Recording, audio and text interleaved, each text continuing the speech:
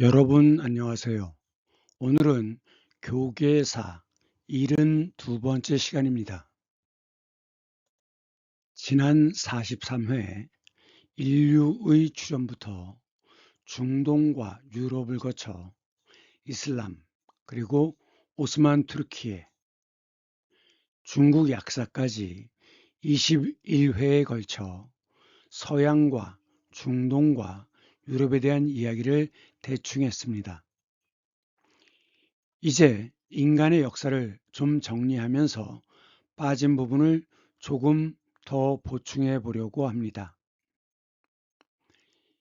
이번 동영상에서는 중학교 과정에서 필수적인 것만 다루는데도 하나의 주제에서 다룰 내용이 너무 많아서 이번 인간과 생산력도 부득이 두 부분으로 나누어 진행하겠습니다.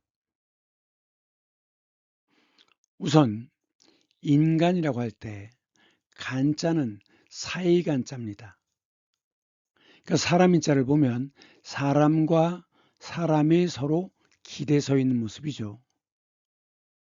즉 서로 기대서 산다는 뜻입니다. 간은 사이간자예요.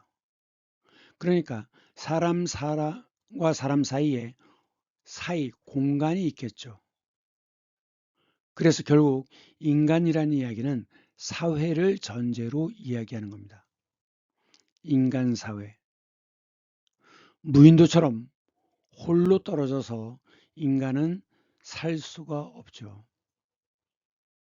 그러면 인간은 이 생물의 진화의 과정에서 어디쯤에서 달라진 것인가 하는 것과 인간이 지니고 있는 신체적인 특징 등에 대해서 좀 알아보겠습니다. 그래서 인간이 사회를 형성해서 어떤 식으로 발전해 왔는가, 결국은 생산력의 발전에 따라서 원시 공산사회, 고대 노예제 사회, 중세 봉건 사회, 근대 시민사회, 현대 산업사회 또는 포스트 모더니즘이라고 얘기합니다. 과학, 그 중에서도 천문학에서는 135억 년 전에 빅뱅에 의해서 최초의 우주가 시작되었다라고 봅니다. 그것이 수류탄 파편이 터지듯이 사방으로 계속 뻗어나가는데 뻗어나가는 중에도 다시 그것이 폭발을 일으키고 다시 또 폭발을 일으키고 이래서 은하계가 생기고 태양계가 생기고 그 중에 다시 폭발을 일으켜 가지고 하나의 덩어리, 그것이 바로 지구인데 그 지구가 형성된 것이 대략 46억 년 전이라고 합니다. 최초의 지구는 당연히 용암 덩어리였겠죠. 그런데 이 우주는 대부분이 매우 추운 곳이잖아요. 차가운 곳이기 때문에 계속 시간이 지나면서 열을 바깥으로 뺏게 되죠. 지구는 점점 식어가면서 거기에 외계에서 행성과 함께 별똥별과 함께 들어온 물이 지구의 대기순환을 일으키면서 더욱더 지구는 가속화돼서 식기 시작하고 어느 시점에서부터 최초의 생명체가 생겼다라고 합니다. 이 원생 생물에서 원은 평원이라는 뜻도 있지만 평평하다는 뜻도 있지만 근원이라는 뜻도 있습니다. 그러니까 원생 생물이라고 하는 것은 모든 생명체의 근원이 되는 생물이다 라고 얘기하는 것이죠. 이것이 그 다음에 시간이 지나면서 단세포였던 이 원생 생물이 다세포가 되고 이것이 여러 갈래로 진화가 되면서 그중에서 한 가지 척추 동물이 생기고 어류부터 처음에는 두꺼운 갑옷으로 덮여 있었지만 척추를 지닌 어류가 생겨납니다. 그러면서 양서류, 양이라고 하는 것은 둘이란 뜻입니다. 문반과 무반을 합해서 양반이죠. 둘이란 뜻입니다. 부모님, 아버지와 어머니를 합해 부를 때 양친이라고 합니다. 선은 살다란 뜻입니다. 그러니까 물에서 살다가 육지로 올라온 것이죠. 그래서 개구리의 경우에는 물에도 살지만 땅으로도 올라옵니다.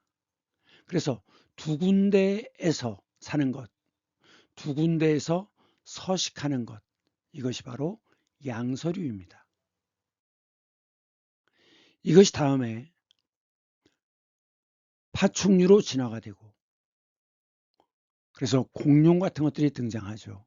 다만 뱀 같은 것들은 다리가 불필요하기 때문에 다리가 퇴화됩니다. 그래서 뱀도 역시 파충류에 들어가는데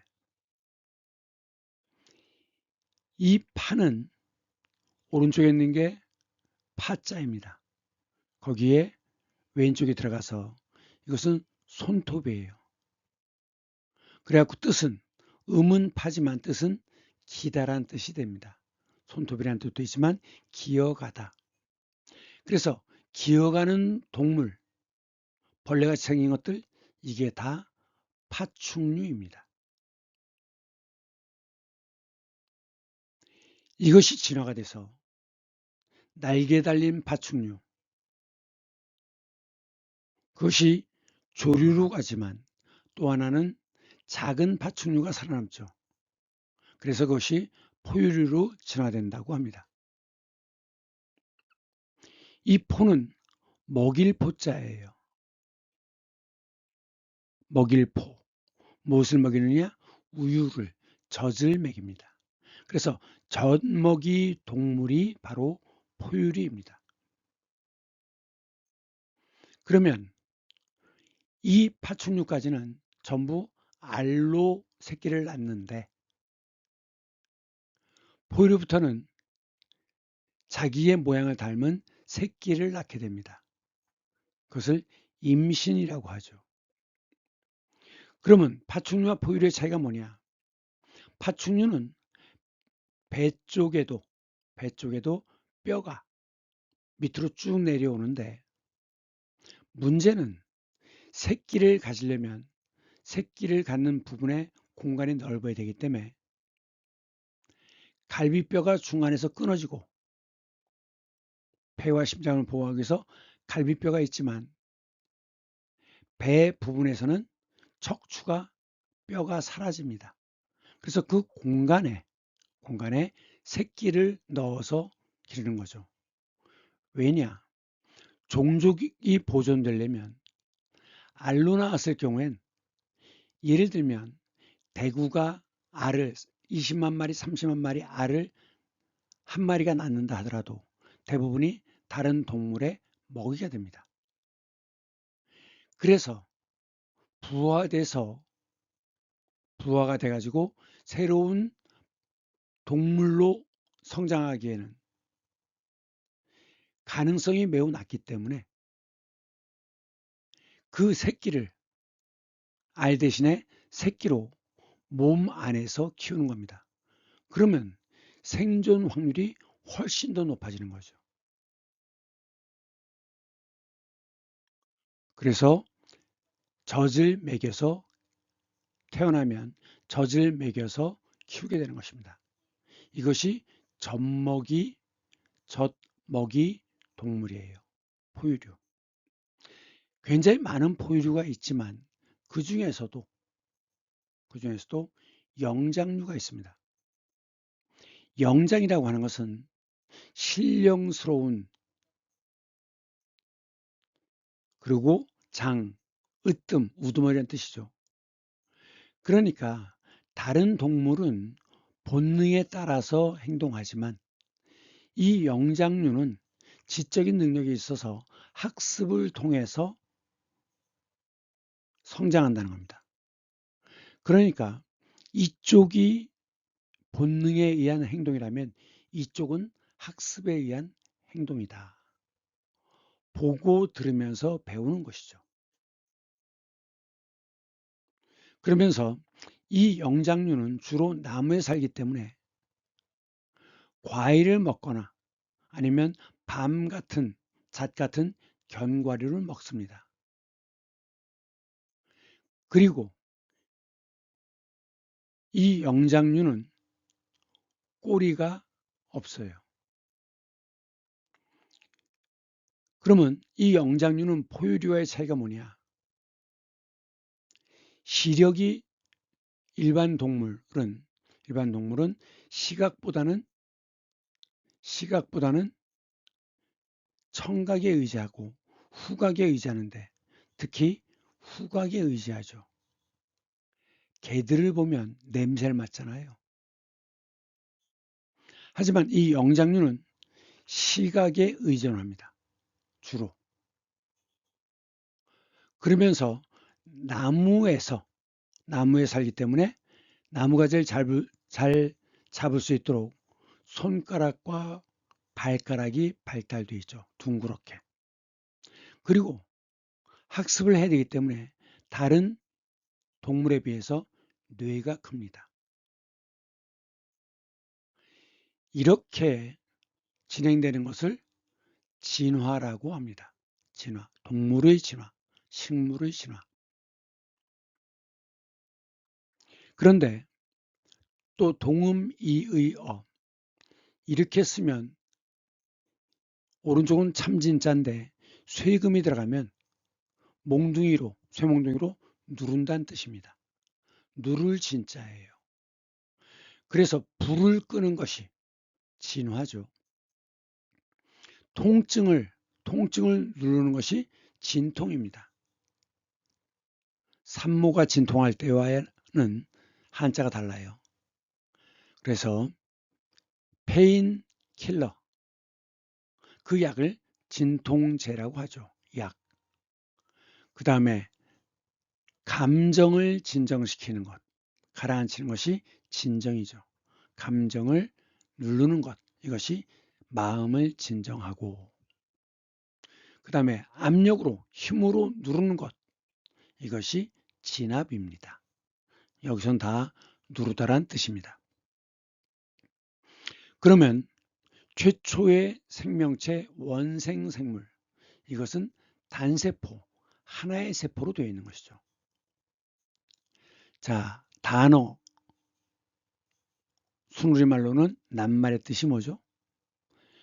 독립된 의미를 지닌 최소의 단위입니다. 그게 단세포예요. 단어, 단세포. 이게 바로 단세포입니다. 또는 이것을 이 단세포지만 안에 핵을 갖고 있습니다. 핵, 이런 것들이 들어있어요. 이것이 핵입니다. 그리고 여러분들이 기억해야 될 게 미토콘드리아를 기억해야 합니다.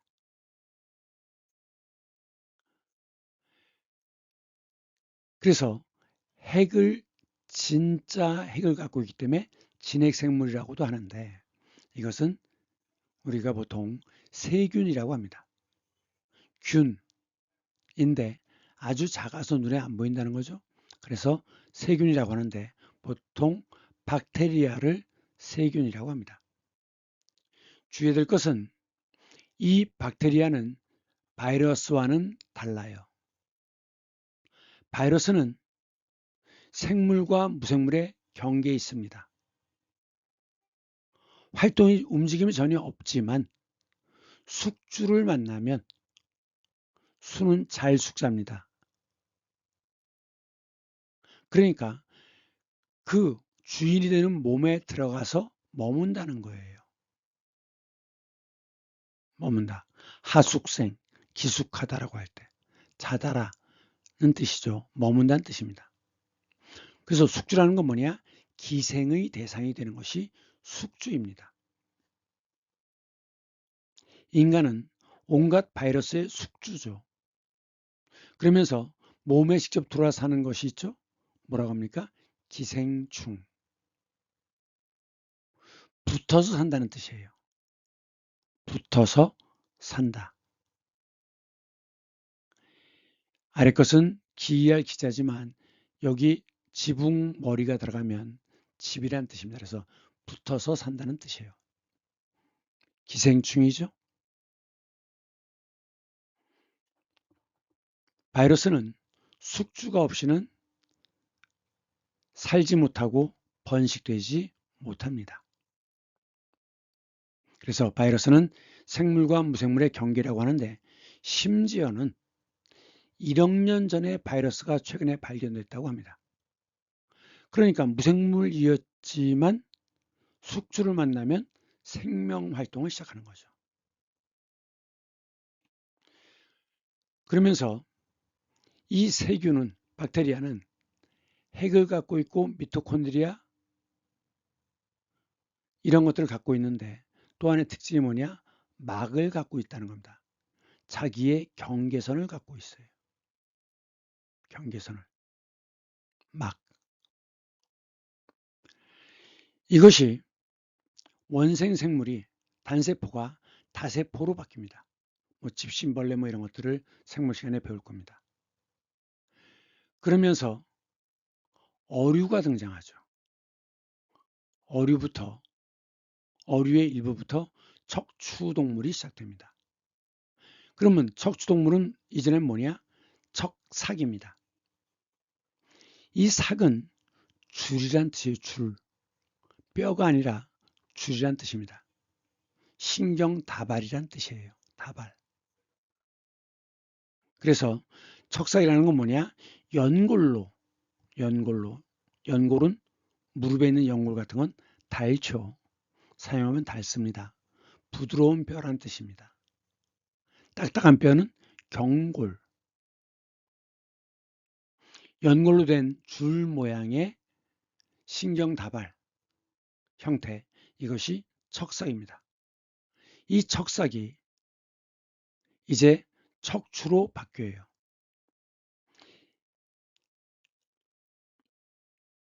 이것이 시간이 지나면서 아까 설명했죠? 양서류, 개구리, 물과 땅 양쪽에서 사는데 이 서자는 살다란 뜻이에요. 그래서 여기는 이곳은 황금박쥐의 서식지입니다. 살면서 쉬는 곳, 둥지란 뜻이 되는 거죠. 또는 무리를 이루어 살고 있을 때 군서라고 얘기합니다. 군서식물.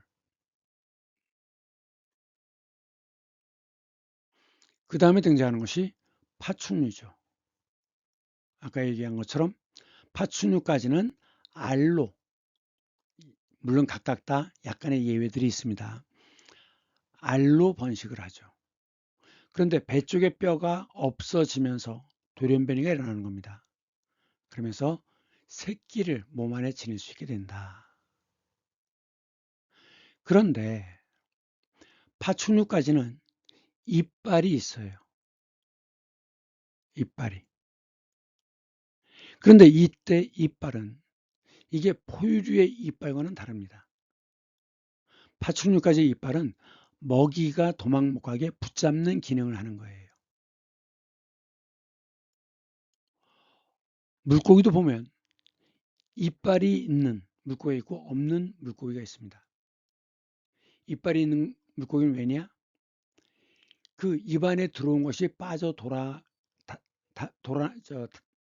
도망가지 못하게 이빨이 창자 쪽으로 이렇게 굽어 있습니다. 못 도망가게. 그래서 먹이를 붙잡는 기능이에요.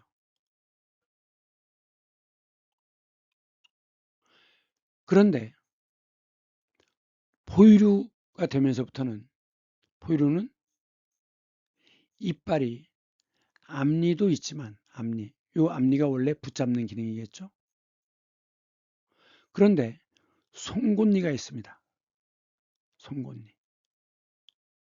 육식동물의 경우를 보면 송곳니가 매우 길고 단단해요.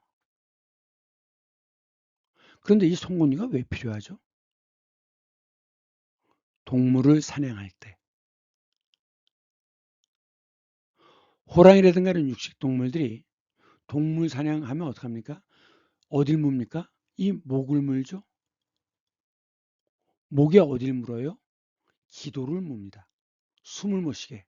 그래서 이 이빨이 양쪽에서 꽉 박혀가지고 이 기도를 막는 거예요. 그럼 숨을 못 쉬겠죠?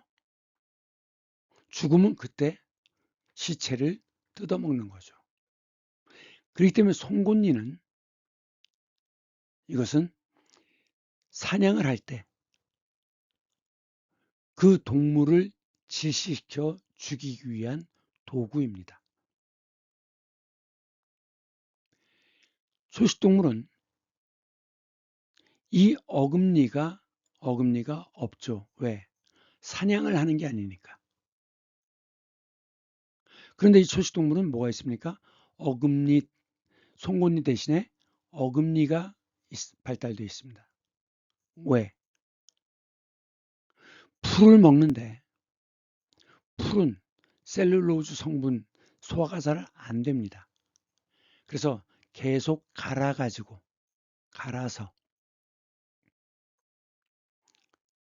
넣는 거예요.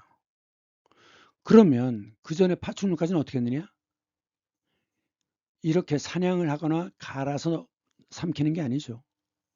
그냥 꿀떡 삼킵니다. 꿀떡 삼켜요. 그렇기 때문에 파충류까지는 이런 기능이 없다는 거죠. 도망 못 가게 잡는 기능이고 다 꿀떡 삼켜서 소화시킵니다. 공룡 같은 경우에도 위에 커다란 돌들이 안에 들어가 있어서 위가 근육 운동을 하면서 그 동물을 돌로 이겨서 분해해서 소화해가지고 흡수하는 겁니다. 닭의 경우에도 모래주머니가 있죠. 예. 닭은 물론 이빨이 없지만 여기까지는 다 그냥 삼켜서 소화시키는 겁니다. 그러면서 이 영장류, 이 포유류는 두 가지로 이 눈의 기능을 나눌 수 있습니다. 하나는 초식동물은 언제 포식자가 나타날지 모르죠. 그러니까 눈이 양옆에 달려 있습니다. 지금 이 사슴 보세요. 눈이 양옆으로 달려 있죠. 그래서 왼쪽 눈이 볼 수 있는 180도, 오른쪽 눈이 볼 수 있는 180도. 이게 지금 말인데 말의 시야입니다. 요 앞부분 요것은 왼쪽의 눈과 오른쪽의 눈이 겹치는 부분이에요. 그런데 이렇게 해갖고는 초점을 맞출 수가 없습니다. 초점을 맞출 수가 없어요. 그러면 누가 초점을 맞추느냐? 눈이 양쪽으로 바짝 붙어 있는 거죠. 그래야 초점을 맞출 수 있습니다. 그러니까 육식동물들은 다 눈이 바로 양쪽에 붙어 있죠. 왜? 그래야 언제 뛰어올라서 목을 무느냐를 판단하니까. 그러니까 초식동물들은 눈이 경계를 위한 것이기 때문에 양쪽으로 달려 있고, 육식동물은 초점을 잡아야 되기 때문에 앞으로 몰려 있는 겁니다. 그러니까 눈의 위치를 보면 육식이냐 초식이냐를 구분할 수 있는 거죠. 이 잡식은 초식과 육식의 중간 형태니까 양쪽의 특성이 나타나는 겁니다.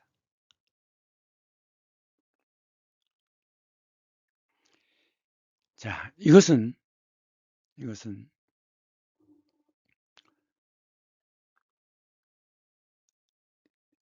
생명의 나무라고 얘기하는 건데, 생명나무. 즉, 제일 밑에 있는 이것이 뭐냐? 이것이 원생생물입니다. 여기에서부터 계속 진화해서 다세포 이렇게 해가지고 곤충이 나오고 어류가 나오고 척추동물 포유류가 나오고 아닙니다. 예, 조류. 그래서 이제 뭐 이런 포유류까지 이제 등장하는 거죠. 그래서 최초의 원생 생물에서부터 어떻게 생명체가 진화되어 있는 것인지를 동물과 식물의 경우로 나누어서 보여주는 것인데, 이것은 1870년대에 다윈의 진화론에 바탕을 두는 것입니다.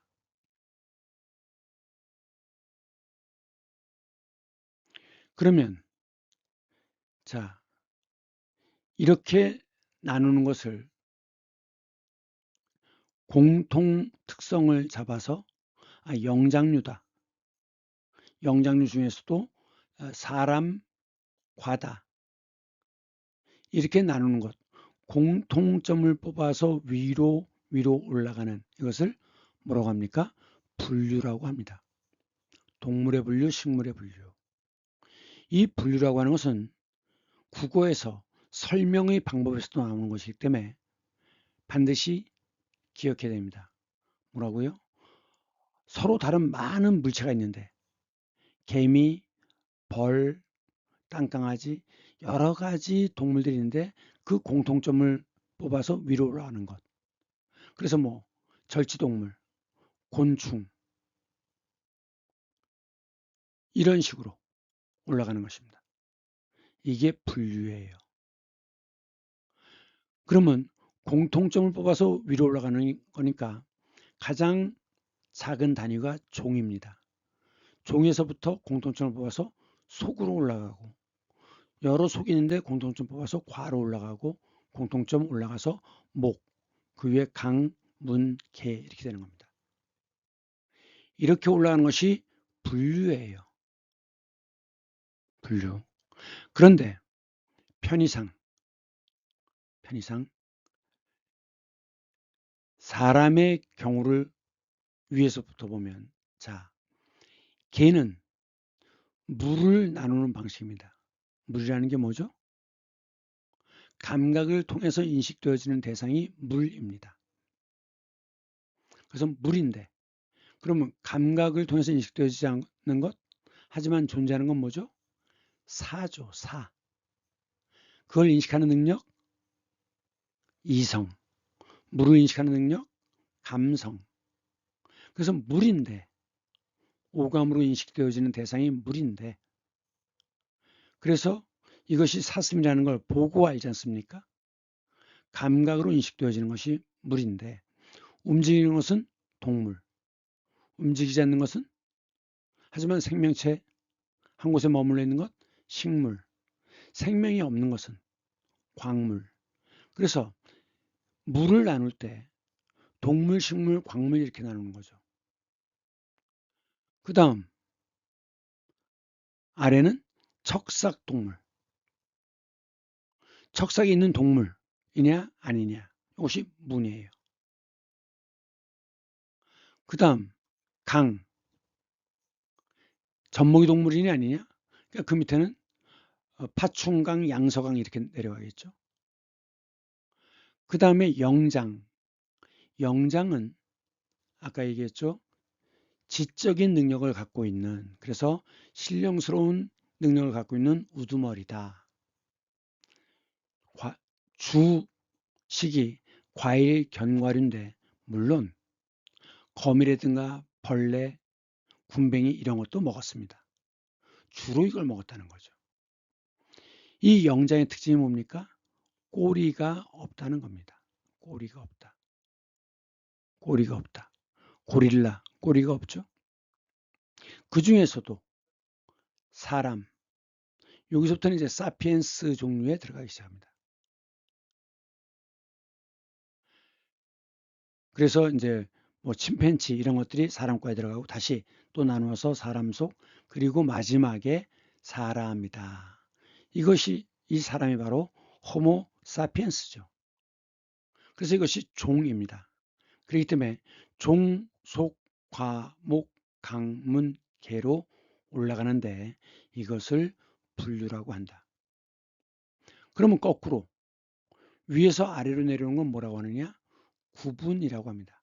구분, 구분. 그런데 사람은 갑돌이가 있고 갑수리가 있고 영희와 철수가 있지 않습니까? 원래 하나의 덩어리가 아니죠. 다만 그들을 통틀어서 사람이라고 하는 겁니다. 그렇기 때문에 원래 나눠져 있던 것을 묶었던 데서 다시 아래로 내려가면 구분이라고 하지만 나뉘어지지 않는 것을 나눠 설명할 때는 분석이라고 합니다. 예를 들면 무지개 색깔은 빨주노초 파남보 이렇게 얘기하는데 원래 무지개는 연속이에요. 색이 연속돼서 변하는 것이기 때문에 색깔을 나눌 수 없습니다. 다만 우리가 편의상 빨주노초 파남보라고 나누는 거죠. 그것이 바로 분석입니다. 그래서 분류와 구분과 분석은 잘 구분해야 돼요. 자, 그러면 정말 이런 과정을 거쳐서 영장류까지 온 거냐? 네. 지금 이 그림은 1874년 다윈이 진화론을 발표한 다음에 해켈이라는 사람이 척추동물 중에서 8개의 동물을 성체가 되기 전에 뱃속에 있을 때 또는 성장할 때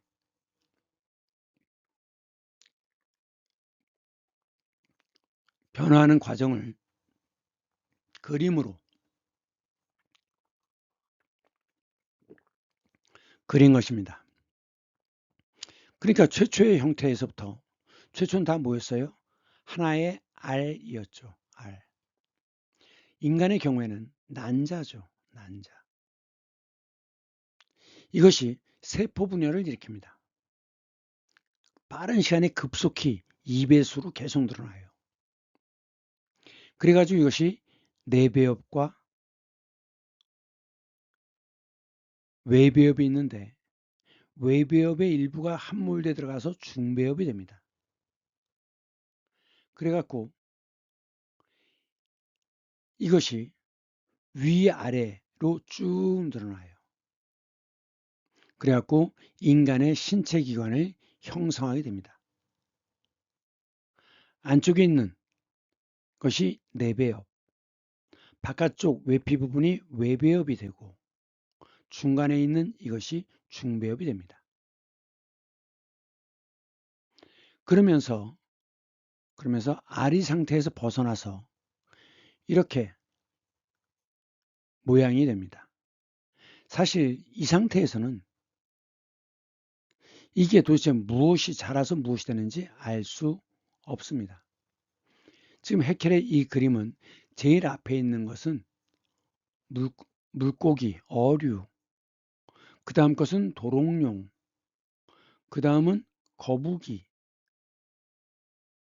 그 다음은 닭, 그 다음은 돼지, 그 다음은 소, 토끼, 사람의 배아 과정. 뱃속에 있을 때, 아래 형태로 있을 때는 배아라고 합니다. 엄마 뱃속에 있으면 태아라고 얘기하죠. 그러니까 지금 이 부분의 모습은 거의 인간이 한 달쯤 됐을 때, 한 달이 되기 전의 모습입니다. 그러면서 이 정도가 돼야 사람의 형태가 되었다고 볼 수 있는 거죠.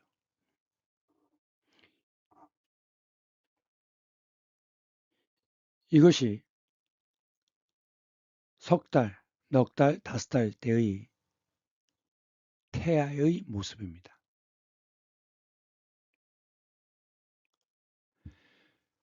자, 내배엽, 중배엽, 외배엽에서 각각 어떤 기관이 형성되느냐? 예, 한번 들어두시기 바랍니다. 자세한 것은 고등학교 아마 생물 시간에 다루게 될 겁니다. 자, 그럼 여기서 이제 한 가지 질문을 해야 되겠죠? 보통 우리는 닭이 먼저냐, 달걀이 먼저냐, 계란이 먼저냐? 우리가 보통 알 수 없다라고 할 때, 원인과 결과를 따지기 힘들다라고 할 때 보통 이렇게 얘기합니다. 계란, 닭게짜고 라는 알 난자죠. 그래서 이것을 난자라고 얘기하는 겁니다. 알. 그 다음 고유어는 닭의 알. 이게 줄어서 달걀이 된 겁니다. 그러니까 계란은 한자어고 달걀은 고유어예요. 그럼 다시 물어봅니다. 닭이 먼저냐 계란이 먼저냐? 당연히 계란이 먼저입니다. 왜? 닭이 갑자기 공룡으로 변할 방법은 없죠. 하지만 알 속에서 여기서 돌연변이가 일어나서 새로운 개체가 생겨날 수 있다는 겁니다. 그러니까 닭은 공룡이 되지 못하지만 그 알 속에서는 공룡이 될 수 있는 돌연변이가 일어날 수 있다는 거죠. 그러니까 과학을 좀 안다면 이런 질문을 할 수 없겠죠? 당연히 계란이 먼저입니다. 앞장에서 털에 대한 설명이 빠졌네요. 자, 파충류까지는 털이 없죠. 그런데 포유류부터는 털이 있습니다. 왜냐? 파충류까지는 변온동물입니다. 즉 바깥의 온도와 체온이 일치하죠. 그거에 비해서 포유류는 항온동물입니다. 온도가 일정해요. 즉 체온을 갖고 있는 것이죠. 그렇기 때문에 파충류에 해당되는 악어 같은 경우를 보면 아침에 강가에 물에서 나와가지고 강가에서 햇볕을 받습니다. 햇볕을 받아야 에너지가 발생하기 시작하기 때문에 그렇습니다. 그러니까 추울 때 악어는 잘 움직이지 못하겠죠. 어쨌든 항온 동물이기 때문에 털이 필요한데 털. 그런데 이제 이 유인원으로 넘어가면서부터는 털이 매우 많이 줄어듭니다. 거의 없습니다. 아마도 이것은 동물의 가족을 가지고 걸쳤기 때문에 생긴 현상이 아닐까라고 생각됩니다. 점점 더 털이 줄어들죠. 이것은 그 앞에서 얘기했던 생명나무입니다. Tree of Life. 그래서 이 네 발로 걷는 원숭이, 사족 보행이죠. 여기에서 이족으로 걷기 시작합니다. 꼬리가 없죠. 이것이 바로 유인원입니다. 그래서 이제 최초의 유인원으로 알려져 있는 게 오스트랄로피테쿠스인데 이게 전부 라틴어로 되어 있습니다. 오스트랄로는 뭐냐면 남쪽이란 뜻이에요. 피테쿠스는 유인원, 즉 꼬리가 없는 원숭이 종류죠. 이들의 특징은 직립보행입니다. 그러면 이들은 왜 직립보행을 하기 시작했느냐? 자, 기후가 변합니다. 사실은 그 사하라 사막 같은 경우에도 10,000년 전, 20,000년 전에는 거기가 초원지대였다고 그래요. 그렇게 거대한 사막이 아니었다고 합니다. 그럼 기후는 왜 변화하느냐? 때때로 지축이 흔들릴 때가 있다고 그래요. 지구가 자전하는데 지축이 흔들리는 때가 있다. 또는 바닷물의 소금물의 농도가 달라지면 또 기후의 변화가 온다고 합니다. 그래서 원래 이들이 살던 지역은 나무가 많은 울창한 지역이었는데 기후변화로 사바나 기후로 바뀐 거죠. 영장류들은 과일이나 견과류를 따먹는데 나무가 전부 말라 죽고 그리고 풀만 자라요. 우리가 보통 동물의 왕국 이런 데 보면은 사바나 기후 드문드문 나무가 한 그루씩 있고 대부분 풀로 되어 있죠. 이곳이 바로 사바나 기후인데 사바나 기후는 6개월 동안은 계속 비가 오고 6개월 동안은 비가 한 방울도 내리지 않습니다. 그러니까 대부분의 나무는 말라 죽게 되는 거예요. 그러니까 어쩔 수 없이 땅으로 내려와야 되는 거죠. 영장류라고 해서 다 땅으로 내려오진 않는 것이고 어떤 영장류들이 땅으로 내려옵니다. 그들을 뭐라고 한다고요? 유인원이라고 한다 그랬죠. 자, 꼬리가 없어요. 꼬리가 없는. 이것이 유인원입니다. 그럼 이제 땅으로 내려왔는데 그렇다면 우선 초원지대는 풀이 무성하게 자라지 않습니까? 그러니까 허리를 똑바로 세워서 주변에 포식자가 없나를 경계해야 합니다. 포는 잡는다는 뜻이에요. 도적을 잡는 것이 포도청이죠. 또는 체포한다라고 할 때 포박을 하다, 잡는다는 뜻입니다. 먹을 식자죠. 그러니까 잡아먹는 놈이 포식자죠. 그러니까 육식동물 중에서 맹수를 경계해야 됩니다. 수라고 하는 것은 4발 달린 짐승이죠. 아주 무서운 놈, 맹렬한 놈, 무서운 놈, 맹수입니다. 이 포식자를 경계해야 되기 때문에 가능하면 허리를 꼿꼿이 세워야 되는 거예요. 그러면서 4발로 이동할 때는 에너지가 많이 들어가는데 2발로 쓰면 에너지가 적게 들어간다는 겁니다. 동물의 생존에서 가장 중요한 건 에너지죠. 어떻게 에너지를 조금 쓰느냐. 그러기 때문에 조류의 경우에도 날아가는 건 에너지가 많이 들어가요. 그러니까 비둘기도 보면 사람이 다가가면 걸어서 도망가죠. 날아가지 않습니다. 왜? 에너지를 절약하기 위해서. 그래서 직립을 하게 되죠. 직립을.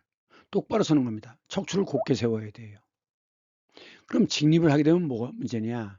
이 안에 허파, 심장, 위, 소장, 대장 이런 내장이 이 안에 잔뜩 들어있잖아요. 그 무게가 상당합니다. 그러면 이 엉덩이 쪽에 있는 뼈가 골반인데 골반. 왜 반입니까? 바닥이 평평한 그릇이 반이에요. 반. 그래서 쟁반. 바닥이 평평하죠. 그렇기 때문에 돌반자의 밑에 그릇이 들어간 겁니다. 그릇. 그래서 이것은 바닥이 평평한 그릇이 반이에요. 쟁반. 그러니까 이 뼈가 내장의 무게를 받치기 위해서 보통은 동물들은 똑바로 섰는데 이건 평평하게 아래로 주저앉은 겁니다.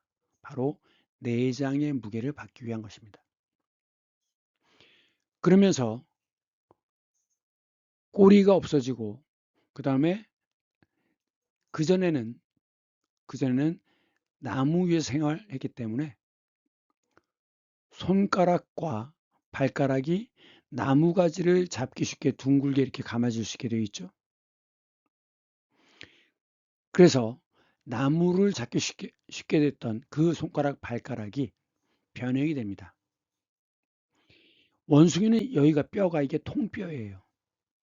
손등뼈가 통뼈인데 인간은 손가락을 다 따로따로 놀게 해야 되기 때문에 이것이 변형이 됩니다. 뼈가 나뉘어져요.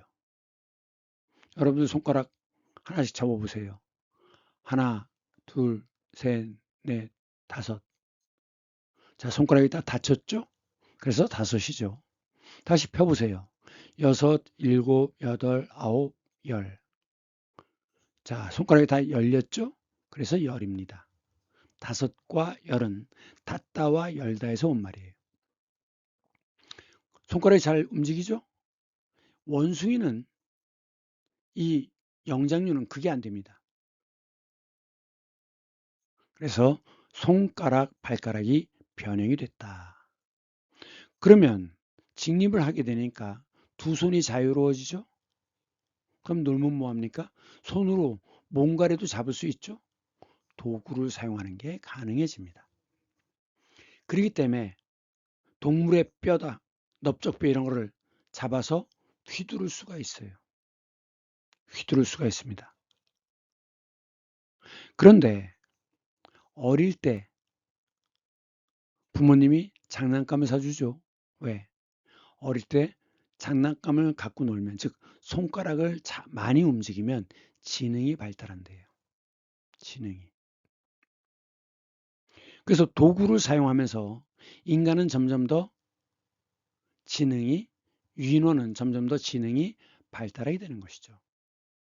그러면서 그 전에 어깨 관절은 이 나무에 저 나무로 넘어가는데 회전하는데 필요했는데 이제는 나무를 타는 데 필요한 근육과 관절이 아니라 팔을 돌리고 그 다음 던지는 게 가능해진 겁니다.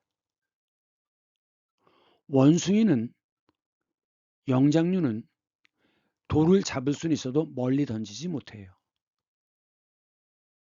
하지만 이제 유인원은 팔을 회전시킬 수 있고 그 다음에 팔을 접었다가 근육을 당기는 거죠. 그 근육의 탄성에 의해서 돌을 던져서 맞출 수가 있습니다. 사냥에 매우 유용한 것이죠. 그러면서 이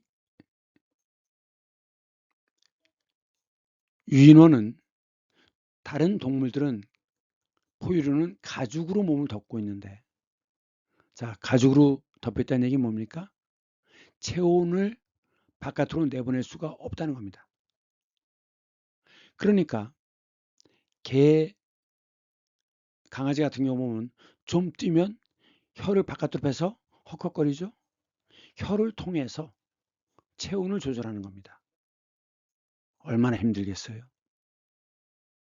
그렇기 때문에 늑대가 사냥하는 방법이 뭐냐? 자, 사냥감이 있으면 그 사냥감을 둘러싸고 공격할 수도 있지만 그러다가는 이쪽이 다칠 수 있지 않습니까? 그러니까 보통 사냥하는 방법이 뭐냐? 그 사냥감을 모으는 겁니다. 계속 쫓아가요. 그러다가 쫓아가는 이 늑대가 지치면 다른 늑대가 이어서 쫓아갑니다. 늑대는 돌아가면서 쉴 수 있지만 지금 이 사냥감은 쉬지 못하고 계속 달려야 돼요. 그러니까 결국은 심장에 너무 부담이 가서 왜? 체온 조절을 못하니까. 그래서 심장이 터져서 죽으면 그걸 먹는 겁니다. 그게 늑대의 사냥법이에요. 그러니까 돌아가면서 사냥감을 몰아서 쉬지 못하게 하고 그러면 이제 체온 조절이 안 되니까 심장 박동수는 계속 올라가고 결국 심장이 터져서 죽는 거죠. 그래서 가까이 있을 때는 약한 동물일 때는 목줄기를 물어서 기도를 송곳니로 막아서 호흡을 못하게 해갖고 질식해서 죽이는 거지만 이 경우에는 심장이 터져서 죽게 만드는 겁니다. 그런데 인간은 가죽이 아니라 피부예요. 피부 바로 밑에 뭐가 있죠? 땀샘이 있습니다. 그래서 땀을 배출할 수 있어요. 밀칠배자입니다. 바깥으로, 코트 바깥으로 공을 밀쳐내는 것, 배구죠. 배구. 배척. 밀어내는 겁니다. 그래서 땀 배출이 가능하기 때문에 인간은 장거리 달리기가 가능해요. 그래서 계속, 물론 맹수는 안 되지만 약한 동물일 때는 계속 쫓아갈 수 있습니다. 그래서 사냥이 가능하다는 거죠. 그래서 이 피부가 있다는 것도 매우 중요한 것인데,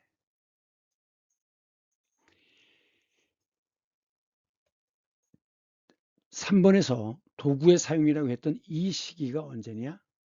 바로 240만 년 전 이때 호모 하빌리스라고 부르는 때입니다. 지금 손에 뭔가 들고 있죠. 이게 도구입니다. 하빌리스라고 하는 게 도구란 뜻이에요. 그래서 도구를 다루는 인간, 그래서 호모 하빌리스 이렇게 얘기하는 겁니다. 그러면서 이들이 이때 석기를 만들어내는데, 당연히 석기는 처음에는 뗀석기죠. 간석기가 아닙니다. 그러니까 돌끼리 부딪혀가지고 뾰족하게 만들어 사용하는 뗀석기예요. 한자어로는 타제석기라고 하죠. 깨트려서 만든 석기. 석기 시대가 시작되는 겁니다. 그 다음에 약 200만 년쯤 전에 완전히 이전과는 꾸부정한 자세에서 완전히 직립이 되면서, 그렇다면 어떻게 돼요? 먼 거리 이동하는 게 가능하죠. 그래갖고 유럽으로도, 그 다음 만주, 중국, 인도, 호주로 모든 대륙으로 이동합니다. 왜 구대륙이라고 하느냐? 아메리카를 신대륙이라고 하거든요. 그러니까 아메리카를 빼고 나머지 대륙, 이미 그 당시에 인간에게 알려져 있던 대륙이 구대륙입니다. 이것이 가능한 이유가 뭐냐? 직립을 해서 걷기 때문에 에너지의 사용량이 줄어든다는 것과, 그 다음 어깨관절, 그래서 사냥이 가능한 거죠. 땀샘이 발달했습니다. 사냥이 가능하다. 그러면서 물론 채집도 했습니다. 예를 들면 그 바닷가에 있는, 강가에 있는 조개를 캐어 먹는다든가 아니면 열매를 따먹었죠. 이 시기가 호모 에렉투스입니다. 이 시기에 불을 사용했어요. 불. 그럼 불을 사용하는 건 어떤 의미가 있느냐? 자, 음식을 익혀서 먹는 게 뭐죠? 화식이죠. 화식을 하면 에너지 흡수율이 매우 높아진답니다. 부드러워지니까. 그러면 영양 상태가 좋아지니까 어떻게 돼요? 대뇌가 발달하죠. 증가합니다. 뇌의 용량이 커져요. 동물의 왕국에 보면 맹수들은 사냥을 해서 포식을 하면 생고기를 먹었잖아요. 화식이 아니라 생식입니다. 그러면 그 고기를 소화하는데 최소한 8시간 이상이 걸린대요.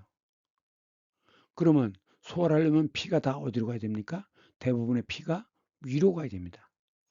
피가 위로 몰리니까 멍해지면서 졸음이 오는 거예요.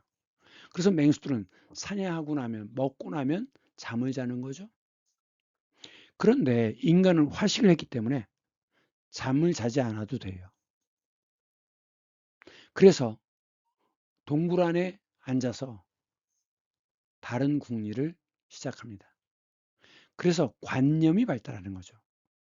관념이라는 게 뭐예요? 보거나 듣거나 만질 수 없지만 존재하는 어떤 것이 관념입니다. 그런 낱말을 관념어라고 얘기하죠. 예를 들면 사랑, 애정, 이런 것들은 보거나 듣거나 만질 수는 없지만 분명히 존재하는 어떤 것이죠. 모성애, 분명히 존재하지 않습니까? 그런 것이 사에 해당되는 것이고 그것이 바로 관념입니다. 관념이 발달하면서 상상을 하게 돼요. 어떤 모습, 존재하지 않는 어떤 것에 대해서도 생각을 할 수 있는 겁니다. 그러니까 예를 들면 용, 드래곤이 사람을 공격한다. 용이 실제합니까? 아니잖아요. 용이라는 건 뭡니까? 상상의 동물입니다. 그런데 바로 이 상상이라는 것이 바로 새로운 것을 만들어내는 힘입니다.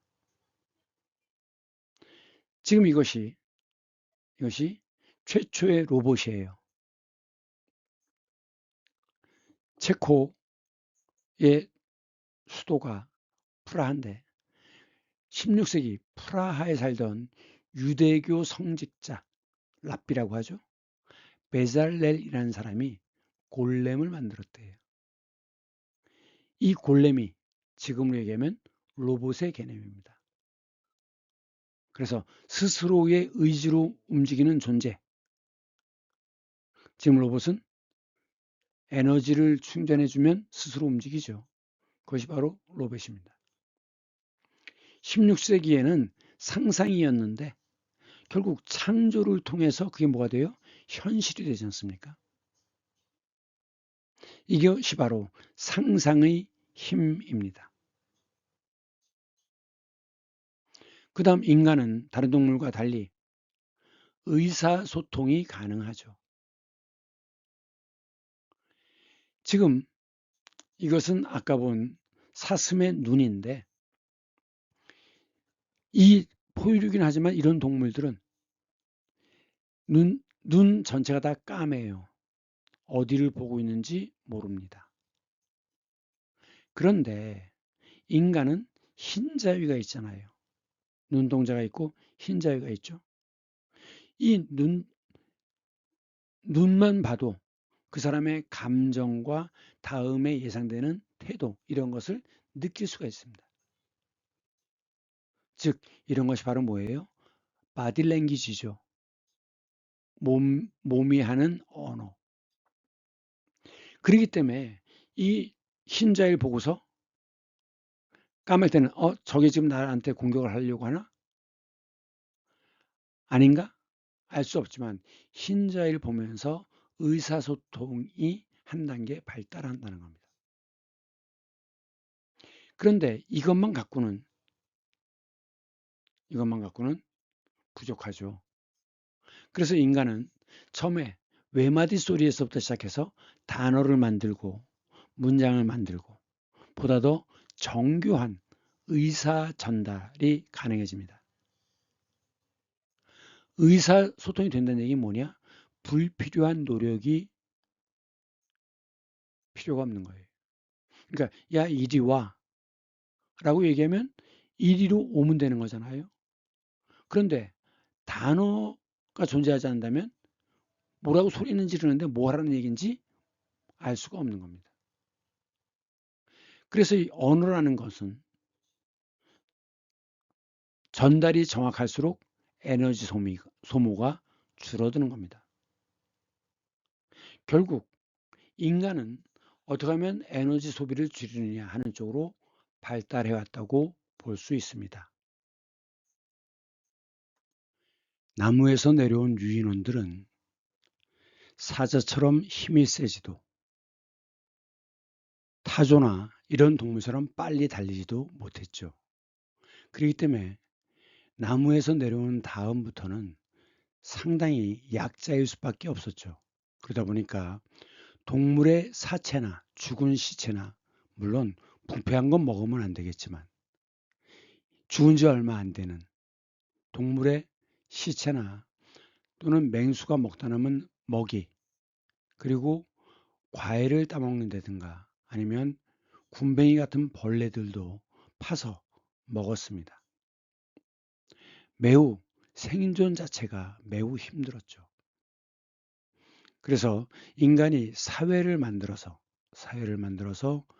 어떤 식으로 생산을 해왔으며 그 생산력의 수준은 어땠고 어떤 힘을 이용했는지를 보겠습니다. 그런데 우리가 역사를 나눌 때 보통 원시 공산제, 공산사회, 고대 노예제 사회, 중세 봉건 사회, 근대 시민사회 이렇게 얘기하는데 이 시대의 구분은 이 시대의 구분은 뭐 18세기, 9세기 이때부터 된 것이지 그 전에 했던 것이 아닙니다. 소위 유럽의 경우에 르네상스가 시작되면서 과거의 역사에 대한 관심이 있었던 거지 그 전까지는 역사에 대한 관심이 없었죠. 왜? 다 하나님의 뜻이었으니까. 그래서 이제 시대를 역사 연구를 하다 보니까 고대 사회 맞아 그리스 로마 시대 그때지. 그리고 프랑스 혁명 이후에 맞아 비로소 인간 나온 사회가 시작되었구나 라고 근대라고 붙였는데 연구를 하다 보니까 중간에 끼어 있는 이건 도대체 뭐지? 이런 거죠. 지질 시대를 나눌 때 땅의 역사를 나눌 때 제일 큰 단위가 대입니다. 그 다음이 기, 그 다음이 세예요. 그래서 고나 그는 대가 붙었는데 연구를 하다 보니까 중간에 뭐가 있네? 이게 뭐지? 그래서 작은 단위인 세를 붙인 겁니다. 그렇기 때문에 고대고 근대지만 이것은 중세이다라는 겁니다. 근대 시민사회 포스트 모더니즘 이렇게 되는데 각각의 특징은 간략히 보면 원시 공산사회 공동생산 공동소비를 하는데 이때는 계급이 없었죠. 경제사에서는 잉여 생산물이라는 게 중요합니다. 잉여라는 건 남는다는 거죠. 먹고 남은 거. 그래서 그것 때문에 계급이 시작됐다고 봐요. 그럼 공산사회는 보통 시족 단위로 생활을 하는데 20명에서 30명 정도입니다. 규모가 더 커지면 그러면 적당한 노동력의 분배와 그 음식의 조달이 안 된대요.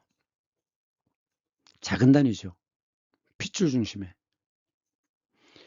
여기에서 사냥을 하면 우두머리와 사냥을 하는데 공로를 세운 사람한테는 골수라든가 척수 이런 비릿한 것들, 뇌 이런 것들 그런 걸 주고 나머지는 뻑뻑한 살이나 아니면 다리, 뼈 이런 것들을 먹었던 거죠. 어쨌든 숫자가 중요하기 때문에 누구든 굶어 죽어서는 안 되는 거였습니다. 그래서 기본적으로 공동생산, 공동소비고 생산수단을 공유했습니다. 그런데 그 뒤에 노예제 사회에서는 왜 노예제 사회라고 하느냐? 생산을 노예가 담당했다는 겁니다. 그래서 유럽의 경우에는 노예가 부족하면 전쟁을 일으켜서 포로를 잡아왔죠. 전쟁 포로. 그들을 노예로 삼았던 겁니다. 그런데 사실은 이 고대가 노예제 사회라고 하지만 이것이 동서양 같이 같은 현상이 나타나는 건 아니에요. 동양에도 노예는 있었지만 노예가 생산을 담당하지는 않았습니다. 그런데 그리스 로마에서는 노예가 생산을 전적으로 담당했기 때문에 그 이외 사람들, 시민들은 노동을 하지 않았죠. 그들을 뭐라 불렀느냐? 그들을 그래서 자유민이라고 부른 겁니다. 자유민. 그 다음 중세는 봉건사회라고 하는데 봉이라고 하는 것은 토지를 주다 라는 뜻이에요. 토지를 주다. 그래서 나라를 세우게 하는 것이죠. 이것이 봉건사회입니다. 중국의 방식이 그렇죠. 주나라 때 천자가 있으면 자기 형제들에게 땅을 나누어줘서 나라를 세우도록 했습니다. 그래서 이 봉건이란 자체는 이건 중국의 개념이지만 유럽의 봉건 사회 그리고 인도, 중동 조금씩 다 달랐습니다. 하여간 봉건의 뜻은 토지를 주어 나라를 세우다라는 뜻이다라는 거고 근대 사회에서는 이성을 절대시했어요. 이성은 항상 옳은 거야. 이성이 뭐죠? 사물 중에서 사를 인식할 수 있는 능력이 이성이죠. 그러니까 보거나 듣거나 만지지 않아도 알 수 있는 어떤 것, 논리 이런 것입니다. 이 시대는 모든 것은 다 인과관계로 원인이 있으면 결과가 있다고 믿었어요. 그러니까 뉴턴의 경우에 떨어지는 사과를 보면서 사과가 떨어지는 걸 보고 사람들은 하나님의 뜻이지 그랬는데 뉴턴은 원인이 뭐지? 그래서 왜 사과가 떨어지는 결과가 되었지? 그래서 그 원인이 만유의 인력이라는 것을 알아낸 거죠. 그래서 이 이성에서 가장 중요한 것은 뭐냐? 인과관계입니다. 인과관계. 그런데 이성을 절대시하고 이성을 숭배했죠. 그런데 그 이성을 지닌 인간이 합리적이고 그런 인간들이 제1차 세계대전 수천만 명이 죽었죠. 제2차 세계대전 또 수천만 명이 죽었습니다. 소련에서만 3천만 명이 죽었어요. 그 가족 하나가 죽으면 보통 그 가족은 삶이 파탄이 납니다. 도대체 이성으로 모든 걸 다 잘 해결한다며?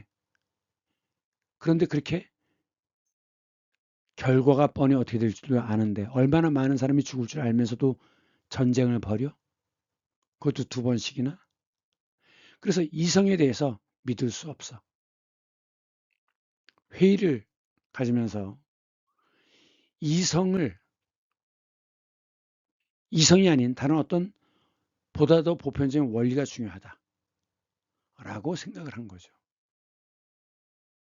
이것이 바로 그런 점을 강조할 때는 포스트 모더니즘이라고 얘기합니다. 왜? 모더니즘이라는 게 근대란 뜻이거든요. 그러니까 근대 이후란 뜻이에요. 그런데 1917년에 미국에서 포드가 컨베이어 벨트에 의해서 자동 생산 방식에 의해서 자동차를 대량 생산합니다. 그래서 1917년 포드 자동차부터 산업사회라고 얘기하는데 이 산업사회의 특징이 뭐냐? 대량으로 생산해서 컨베이어 벨트로 대량 생산해서 대량 소비한다는 거죠. 그러니까 맨날 하는 일만 똑같이 해요. 자동차 오른쪽 바퀴 3번째 나사 조이기. 평생 이걸 하는 거죠. 그래서 분업이라고 하는 부분이 생겨나는 겁니다. 분업. 자, 그럼 구체적으로 좀 더 보면 원시 공산사회는 수렵과 어루입니다.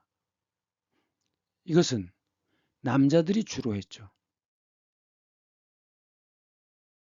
그리고 여자들은 굴 속에서 채집과 켈체입니다. 채굴, 채집, 모을 집자죠. 그래서 원시 곡물이긴 하지만 곡물을 모으고 열매를 따고 견과류를 모으고 그리고 동굴 안에서 아이를 키우죠. 그래서 생산을 공동 생산해서 공동 분배를 했는데 자, 이 수는 이게 기본 글자입니다. 지킬 수. 그런데 개사슴록변에 들어가면 짐승이 되는 거예요. 사냥할 수. 렵은 왼쪽에 짐승이 들어갔죠? 개사슴록변이라고 얘기하는데 늑대, 여우 이런 짐승을 가리킵니다. 사냥할 렵자예요. 그래서 사냥할 때 사용하는 총, 엽총이라고 하죠. 몰래 사냥하는 것은 밀렵입니다. 수렵, 남자가 했죠. 어로, 자 이게 교문글자인데 이건 물고기 어자입니다. 그런데 삼수변이 들어가면 이것은 고기 잡을 어자예요.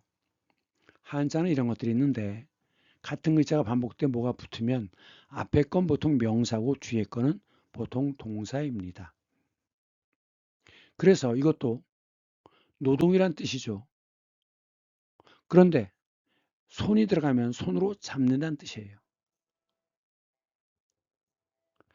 그래서 어루라는 것은 물고기를 잡고 잡는다. 물고기겠죠. 그래서 수렵 어로. 그리고 채, 요건 원래 이게 캐다라는 뜻인데 다른 글자들이 많이 생기니까 이 글자는 지금은 쓰지 않고 손이 들어가는 것은 손으로 캐는 것이고 풀초가 들어가면 나물이고 야채라고 하죠. 채굴, 채집, 야채. 그리고 이것은 오른쪽에 터럭삼이 들어가면 이것은 모양입니다. 빛깔, 때깔. 그래서 색채 채자예요. 그리고 왼쪽에 실사가 들어가면 이것은 비단 채자입니다. 그래서 결혼할 때 그 옷 이런 것을 채단이라고 합니다. 채단. 신부가 시아버지, 시부모의 옷을 진다든 아니면 신랑이 입을 옷 또는 자기가 입을 옷을 이제 미리 지어 오너라 하는 것. 그것이 그 옷감이 채단입니다. 그럼 이때 도구는 뭐냐? 뗀석기예요. 돌을 더 단단한 돌로 서로 부딪혀 갖고 뾰족한 부분을 만듭니다. 그럼 요 뾰족한 부분으로 찌르거나 팔 수가 있겠죠. 여기 약간 움푹 들어간 거 이것은 손잡이 부분입니다. 이것을 원래 돌에서 떼어냈다 그래서 뗀석기, 한자로는 두드릴 타자입니다. 야구에서 타자, 두드려서 만든 석기 또는 골각기, 짐승의 뿔 같은 것들은 단단하잖아요. 그런 뿔 가지고 단도처럼 칼처럼 쓰는 건데 지금 요 골각기 보면 구멍이 둘이 뚫려 있습니다. 뭐냐? 지금의 낫입니다. 낫. 곡식을 걷어들이는데 구멍을 두 개 뚫어요. 이게 자꾸 빠져 달아나니까 여기다 새끼를 이렇게 집어넣습니다. 이 양쪽은 빠지지 않게 묶어버리고 그리고 손등을 요 사이에 집어넣어서 그래갖고 낫처럼 쓰는 겁니다. 이게 돌낫이에요. 이런 경우는 여기다 나무에다 묶으면 이것은 돌도끼가 되겠죠. 뭐 이런 건 창처럼 쓸 수 있을 테고 이것은 바늘처럼 쓸 수 있을 겁니다. 이런 게 골각기예요. 뼈와 뿔로 만든 기구, 골각기. 이 시기가 지나면 돌을 갑니다. 그래서 이건 갈마자예요. 마제석기라고 얘기하죠. 연마하다, 갈다란 뜻입니다. 그래서 이게 돌칼이에요. 그러면서 초기에는 수렵 어로 시기에는 동굴 생활합니다. 왜? 추우니까 동굴에 불을 피우는데 이 불은 맹수의 접근도 막아주죠. 그래서 수렵을 하던 시기, 어를 하던 시기에는 즉 농사를 짓기 이전에는 석회암 동굴에서 생활을 했습니다. 그러다가 이때를 구석기 시대라고 하죠. 신석기 시대로 넘어오면 농사를 짓기 시작해요. 그래갖고 자 농사를 지으면 곡식을 담을 그릇이 필요하죠. 그래서 진흙을 구워서 만든 그릇, 토기를 만듭니다. 농경을 하는데 제일 중요한 게 뭡니까? 물이 있어야 되죠. 특히 이 아시아 쪽은 논농사, 벼농사. 그렇기 때문에 물을 끌어들이기 쉬운 강변에 많이 거주를 했어요. 강가에서. 그러면 강가에 보통 뭐가 많이 있습니까? 흙이 무르잖아요. 모래라든가 뻘 이런 것들이죠. 그래서 이 땅에다 박기 쉽게 끝이 바닥이 평평하지 않고 끝이 뾰족한 겁니다. 이 얘기는 뭐죠? 무른 땅에다 보관했다는 거죠. 그런데 여기에 빗살이 들어갑니다. 머리 빗는 빗. 빗이 나란히 이렇게 살이 있거든요. 빗살 이렇게 생겼는데 빗살. 그래서 빗살 무늬가 들어갔다라고 하는데 요 위에 건 뭐냐? 이들은 벼 줄기를 갖고 새끼끈을 만들었잖아요. 새끼를 꼬았습니다. 그 새끼를 눌러서 요 모양을 내는 거예요. 굽기 전에. 그래서 이것은 새끼줄의 모습입니다. 그런데 이때는 구워야 되는데 열을 낼 수 있는 방법은 나무를 떼는 것밖에 없었죠. 생나무를 떼다 보니까 처음엔 끓음이 생겨요. 그래서 이렇게 보면 이 토기들을 보면 끓음이 많이 묻어 있습니다.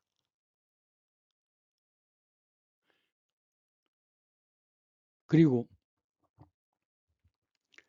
이 생나무를 떼면 온도가 최대 온도가 800도밖에 안 되기 때문에 잘 깨집니다. 그리고 어떻게 돼요? 물이 새죠. 오랜 시간이 지나면 물이 다 빠져버립니다. 그것이 토기입니다. 자, 그러면 원시 공산 사회 초기에는 구석기 시대는 시족이 만들어집니다. 시, 같은 핏줄을 시라고 합니다. 시족 공동체였어요.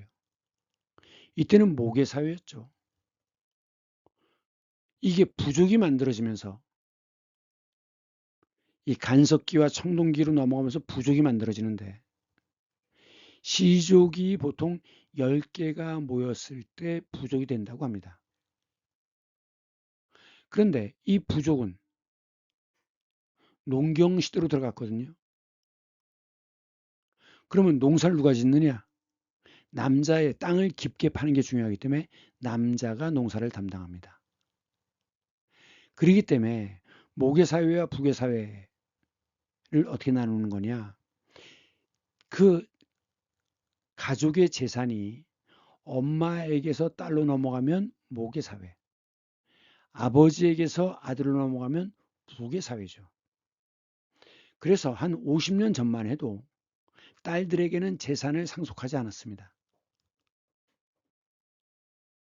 철저한 부계사회였죠.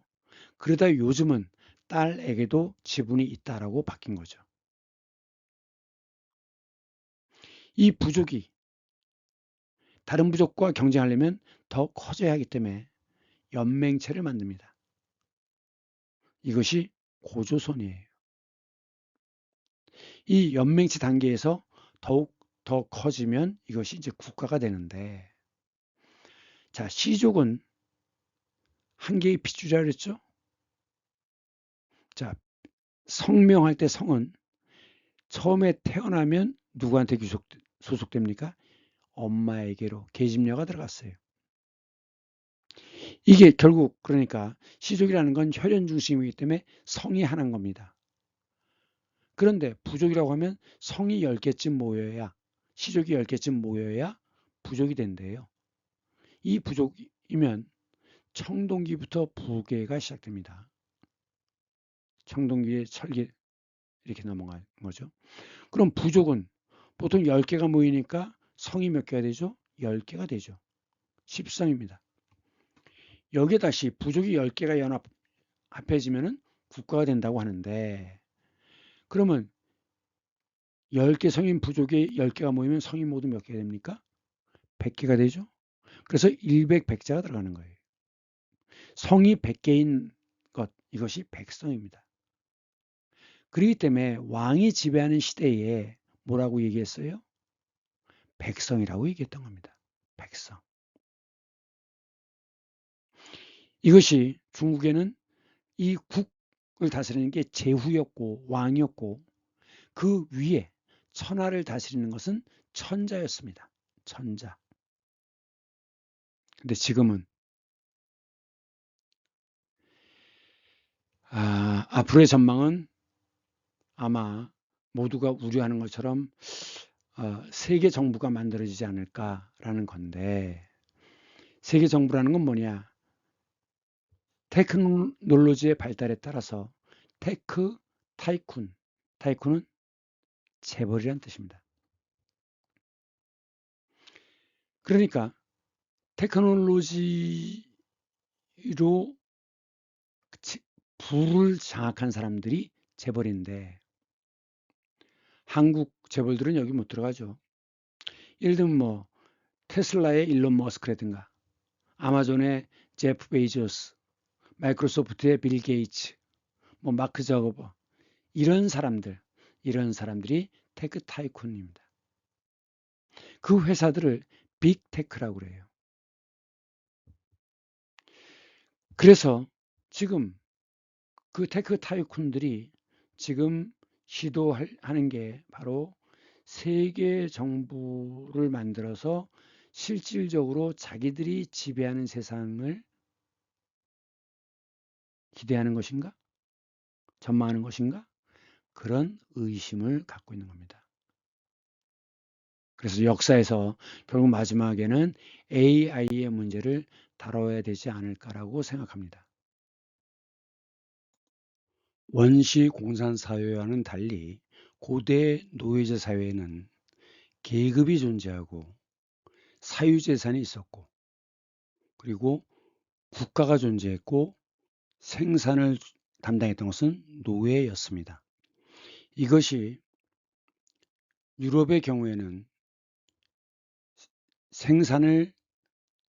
노예가 생산을 전담했지만 인도나 중동이나 아시아의 경우는 노예가 전적으로 생산을 담당한 것은 아니었다는 점이 다른 겁니다. 어쨌든 이 시대는 고대 사회는 사람의 힘이 주로 쓰였고 그 다음에 가축의 힘을 이용했습니다.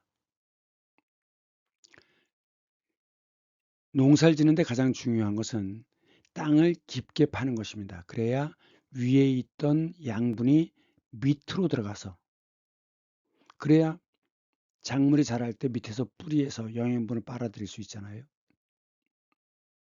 그렇기 때문에 쟁기로 땅을 깊게 가는 것이 매우 중요했습니다. 그래서 땅을 깊게 갈기 위해서 이렇게 소나 말의 힘을 이용해야 되는 거죠. 이것이 고대의 쟁기입니다. 그리고 힘이 들어가지 않는 것들은 직접 사람의 힘으로 재미있죠? 씨를 뿌리는 모습이죠. 그리고 이것은 무엇인가를 만드는 거잖아요. 고대 노예제 사회에서는 인력과 축력이 동력으로 사용됐습니다. 이 축은 가축이라는 뜻인데 집에서 기르는 짐승. 여기에 풀초가 들어가면 이것은 풀더미를 이렇게 쌓는 겁니다. 그래서 이것은 쌓을 축자예요. 은행에 저축을 하죠. 그 다음 재산을 축적하죠.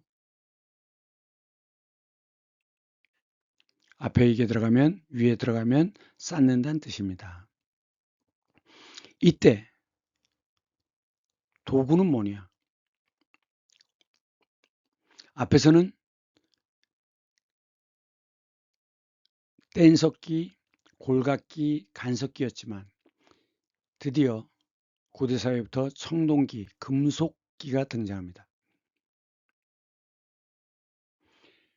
그러면서 원시시대에 비해서 농경기술이 발달하고 금속 도구로 땅을 깊게 팔 수 있었거든요.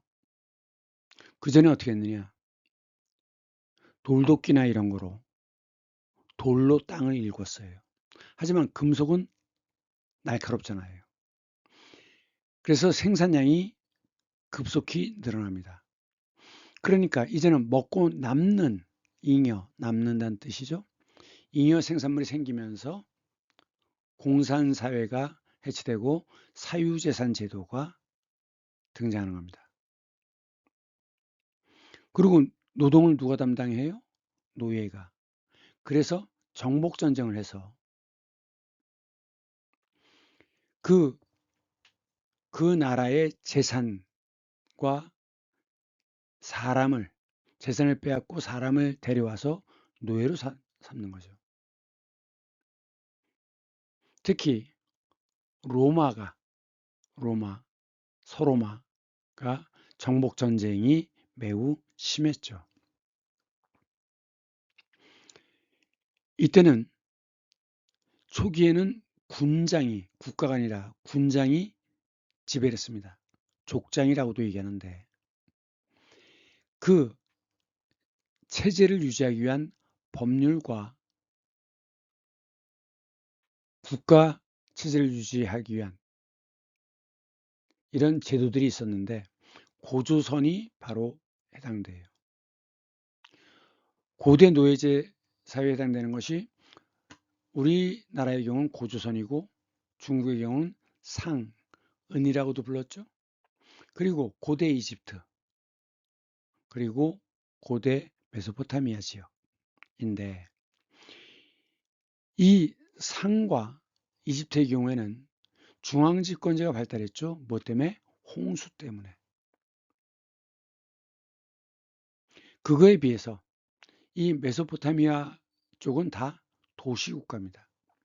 이 도시국가가 그리스의 경우에도 폴리스라는 이름으로 지중해 곳곳에 도시국가가 만들어지죠. 로마는 지금의 로마 부근인 라티움이라고 하는 지역에서부터 7 언덕 사이에서 시작돼 가지고 지중해를 제패했던 겁니다. 그런데 청동기였던 것이 철기로 넘어가는데 철기 시대에 이들은 청동기 무기를 갖고 있었고 이들은 새로 등장한 철기 문화 무기를 갖고 있었습니다.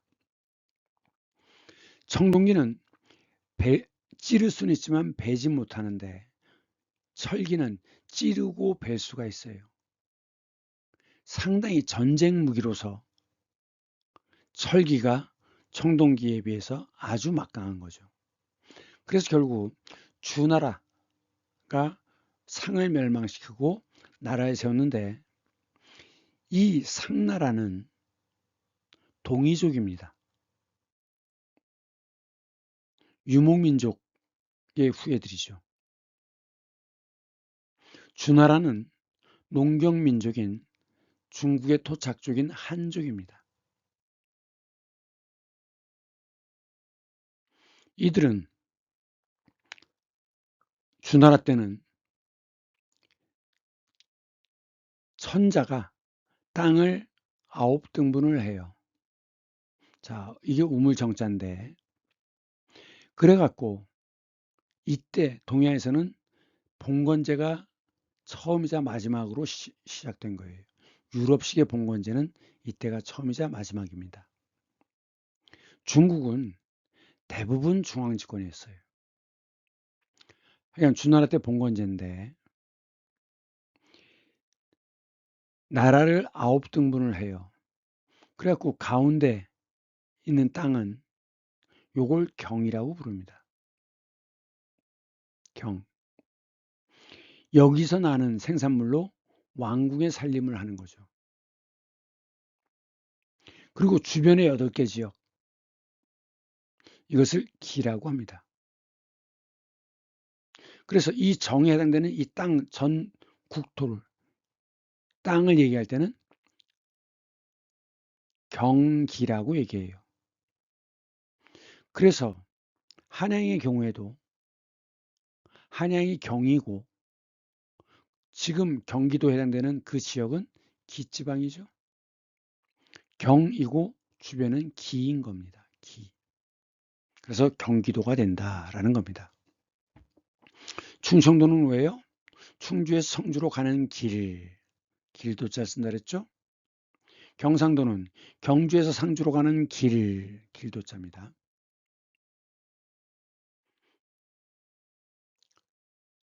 이 정자는 역사에서 토지제도 관련해서 계속 나옵니다. 기억해 두세요.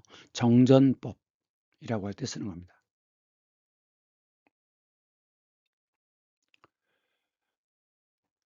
그리고 이쪽 그리스 로마, 특히 로마는 정복전쟁을 계속했는데 그리스의 경우에도 트로이 전쟁은 그 지중해를 차지하기 위한 정복전쟁이라고 볼 수 있겠습니다. 그리스 도시국가 사이에 전쟁이 계속 일어나잖아요. 아테네와 스파르타 바로 옆에 붙어 있는데도 계속 싸웁니다. 결국은 지중해를 장악하기 위한 정복전쟁이에요. 그러면 이 노예제 사회 때 철기로 넘어왔음에도 불구하고 그러면 동력은 뭐냐? 동력은 풍력과 수력, 인력과 충력은 있었고 계속 있었고 더해진 것이 풍력과 수력입니다. 자, 풍차죠 이게. 풍차. 이 풍차는 처음의 역할은 뭐였냐? 물을 퍼올리는 역할을 했어요. 양수기 역할을.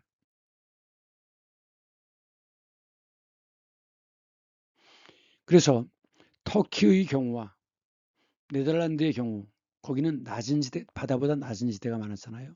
계속 물을 바다로 퍼내야 됩니다. 양수기 역할을 했는데 이것이 뒤에 가면 이 유럽은 주로 농사하는 게 밀농사죠.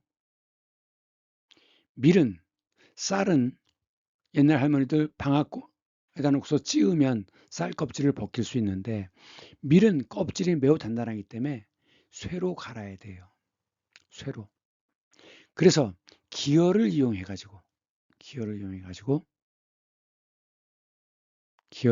가지고 밀을 갈아야 했던 겁니다. 그런데 이 기어라는 게 특히 이렇게 90도 기어는 이렇게 돌던 힘을 수직의 힘으로 바꿔버리는 거죠.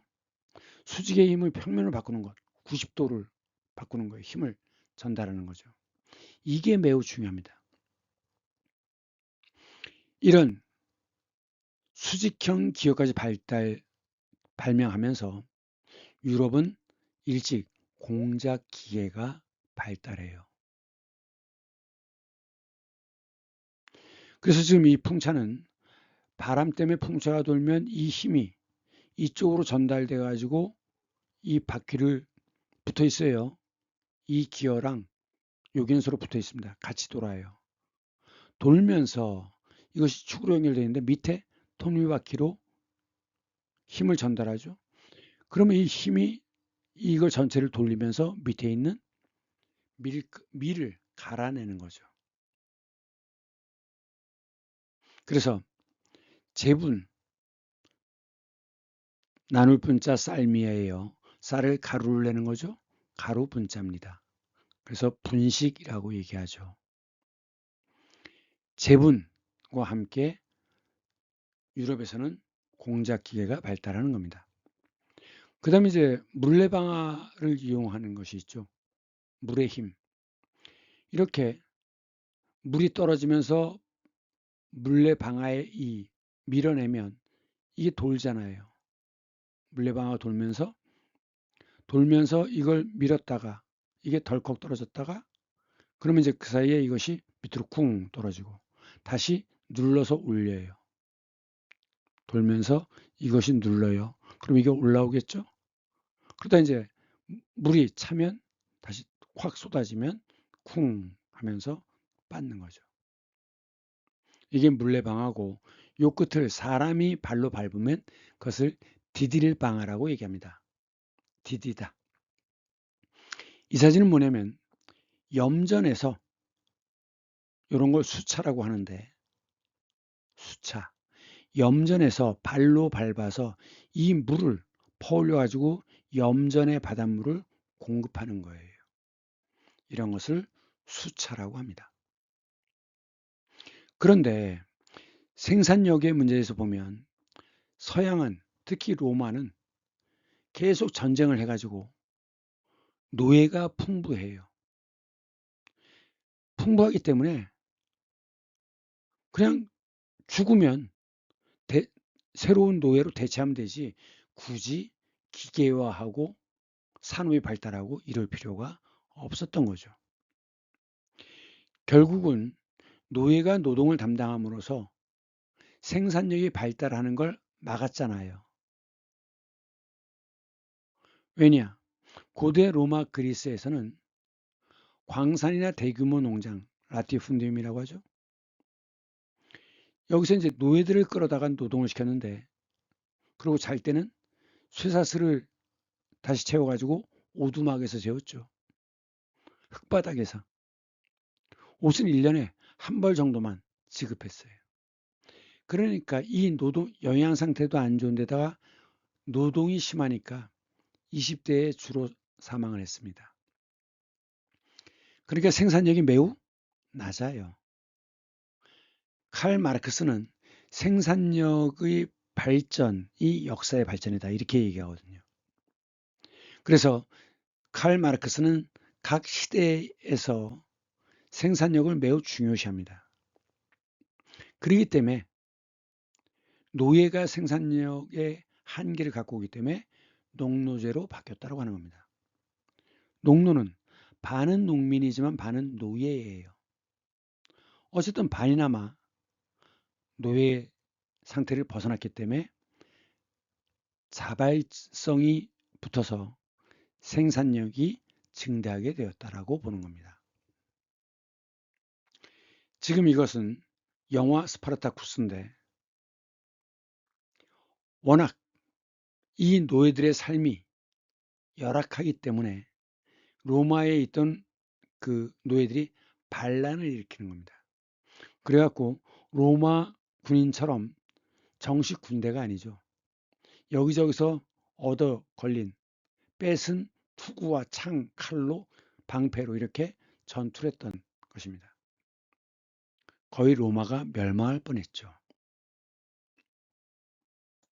중세 봉건사회인데, 봉이라는 것은 토지를 주다, 하사하다.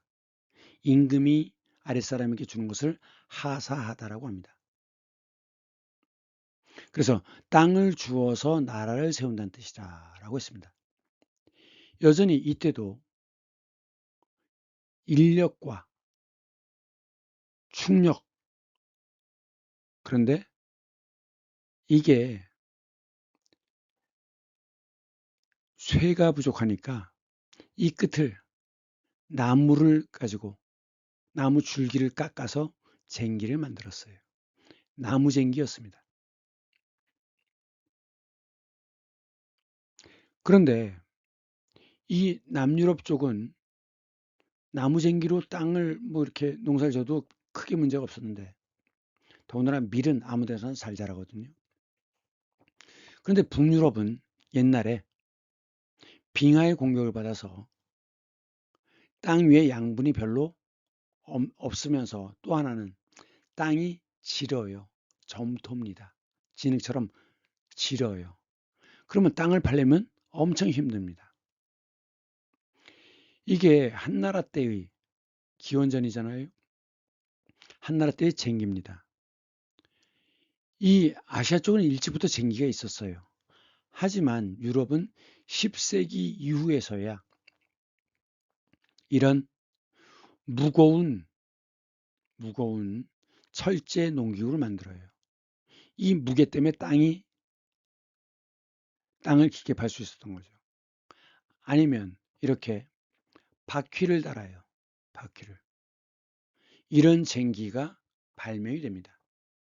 그래서 유럽에서는 10세기 이후에 농업혁명이 시작돼요. 생산력이 매우 낮았습니다. 그러면서도 땅이 척박하니까 농사를 돌려짓기로 했죠. 그래서 땅을 3등분해서 봄에 경작하는 곳, 가을에 경작하는 곳, 땅을 놀리는 곳. 그래서 밭을 3개로 나눴기 때문에 삼포식이에요.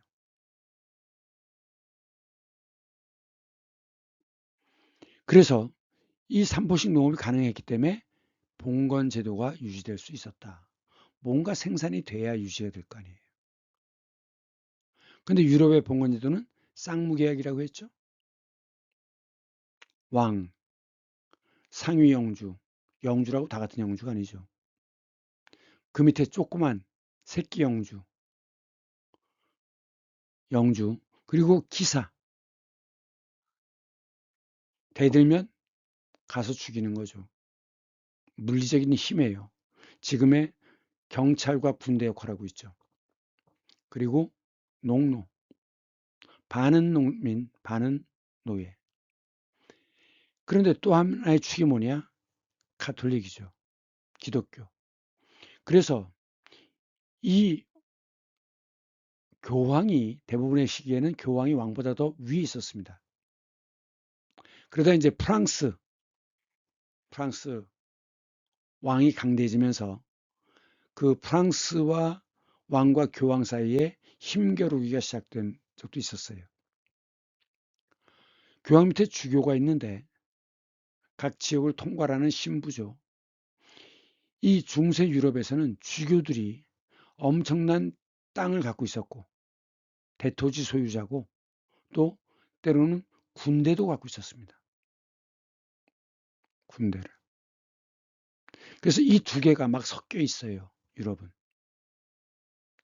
그리고 이제 신부라고 얘기하면 교회 하나하나마다에 있는 담당자를 신부라고 얘기하는 거죠. 이 유럽에 가보면 주교관이라고 있는데 궁전입니다. 대부분. 궁전. 엄청난 권력을 가졌어요. 그럼 이제 이 중세 사회를 붕괴시킨 것이 뭐냐? 바로 100년 전쟁부터 시작됩니다. 영국과 프랑스 사이에 전쟁인데 결국 땅을 차지하기 위한 전쟁이에요. 이 기간을 통해서 상당히 많은 영주와 기사들이 죽습니다. 몰락해요. 그러니까 왕이 자기의 군대를 가지고 이들을 다 통제하는 겁니다. 귀족, 영주와 기사를. 그래서 중앙 집권을 해요. 그러면서 프랑스의 경우에는 이때 전쟁세를 계속 거뒀거든요. 전쟁이 끝났는데도 그 세금으로 상비군을 만들었습니다. 그전엔 누가 전투를 했어요? 용병이. 돈을 주고 고용하는 용병이 했는데 이제는 상비군이 전투를 합니다. 이 상비군이 말하자면 징집을 해가지고 늘 전투를 할 수 있는 부대, 즉 국민의 군대예요. 이게.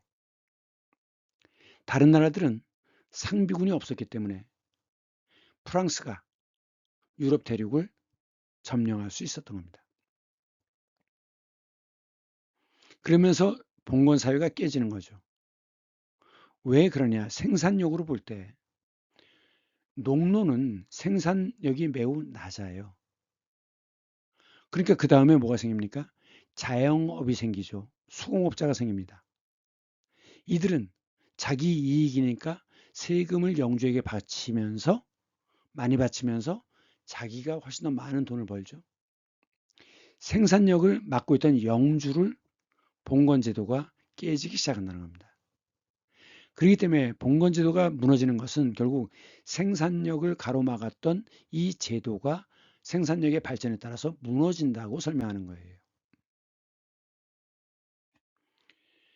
그러면서 이 시기에 농민전쟁이 일어납니다. 왜? 이때 흑사병이 엄청 돌아다니거든요. 창궐합니다. 미친놈처럼 온갖 군대를 쑤시고 다니는 거예요. 죽을 때 온몸이 검은색이 되기 때문에 흑사병이라고 얘기하는 겁니다. 그래서 사람이 부족한데도 여전히 세금으로 수탈하는 것을 빼앗는 것을 강화시키는 겁니다. 그러니까 참다 아까 스파르타쿠스 난처럼 견디다 결국 난이 일어납니다. 그래서 이 농민선쟁으로 봉건 영주가 몰락해요. 봉건제도가 파괴되는 거죠. 그러면서 이어서 30년 전쟁인데 종교전쟁입니다. 처음에 시작은 신교와 개신교라고 얘기하죠. 그러니까 구교는 옛 구자입니다. 옛날 종교 즉 가톨릭을 얘기하는 거고 천주교입니다. 개신교 줄여서 신교라고 하는데 이것은 루터교,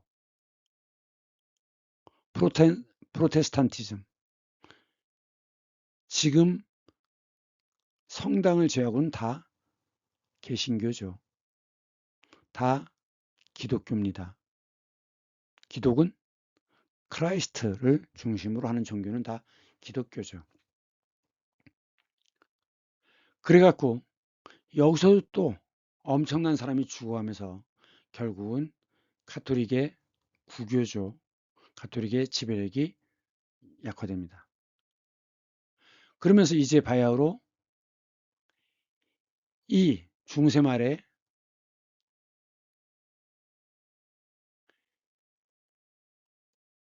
지식을 교회가 독점했었는데 책이 싼 값으로 보급되면서 지식의 독점이 깨지죠. 그래서 이것이 바로 종교개혁과 르네상스와 과학혁명으로 연결되는 것이고 화약이 성을 터뜨려갖고 기사와 성을 무력화시키죠. 그러면서 나침반은 이 화약과 총을 갖고 대항해를 시작합니다. 나침반이. 그러면서 신대륙에서 엄청난 은이 들어오죠. 그래갖고 화폐 경제가 급속히 발달합니다. 수공업자와 상인들은 이젠 은으로 거래를 하죠. 그러면서 대항해 이런 걸 통해서 엄청나게 유혹하는 물건들이 명품들이 몰려 들어옵니다. 영주의 소비 욕구를 자극하죠. 그래서 치즈로 세금을 받던 것, 납부하는 입장에서는 물납입니다. 이것이 금이나 은으로 납부를 해요. 은납입니다. 여기서 금은 골드가 아니라 돈이란 뜻입니다. 그것이 신대륙의 금은이 결국은 원나라와 청나라로 영향을 줘서 여기서도 은본위제가 시작되죠. 결국은 이 농노라고 하는 관계가 농노의 생산력이 수공업자 상인의 생산력을 가로막기 때문에 그 다음 사회로 넘어가야 된다는 것이 바로 생산력 발전에 따른 역사 발전입니다. 앞에도 얘기했지만 중국에서는 봉건제가 혈연의 형제에게 땅을 나눠주고 나라를 세우게 하는 즉 봉토를 하고 땅을 주고 세습시키는 이런 혈연에 기초를 하는데 주나라 때만 그랬고 그 뒤에는 중앙 집권적인 군현제였습니다. 즉 천하를 정자로 나누는 게 아니라 군과 현으로 나누는 거죠. 그래서 거기에 관리, 벼슬아치를 파견합니다. 어떻게? 시험을 통해서. 그래서 과거 제도와 관리가 연결되는 거예요. 그래서 다시 강조하지만 봉건제는 유럽의 봉건제와 각 지역의 봉건제는 상당히 다른 부분이 있다는 점, 유럽의 봉건제만 봉건제가 아니라는 점을 강조합니다. 오늘은 인간의 진화 과정과 사회의 생산력의 발전 단계를 보았습니다. 다음 시간에는 근대 시민사회와 자본주의 사회주의, 정치체제 등에 관한 그리고 AI 시대의 세계 정부에 대한 이야기를 좀 해보겠습니다. 오늘도 1시간 50분이 됐네요. 양이 워낙 많아서 잘랐음에도 불구하고 너무 길어졌습니다. 대단히 미안합니다. 다음 시간에 다시 만나요.